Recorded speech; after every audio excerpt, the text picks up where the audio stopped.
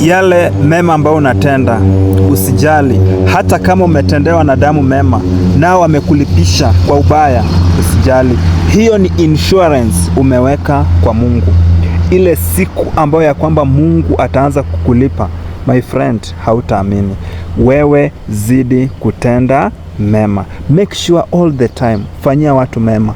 Hata kama wanakudharau, hata kama wanakuchukia, hata kama hawakupendi, wewe wafanyie mema.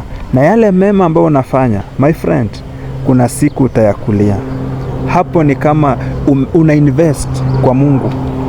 Na siku ya kukula matunda yake, you never know. So tuendelee kutenda mema. Kama wewe umekuwa mtu wa chukizo kwa watu, kila saa watu wananungunika kukuhusu, tafadhali jaribu kurekebisha na uanze kutenda mema.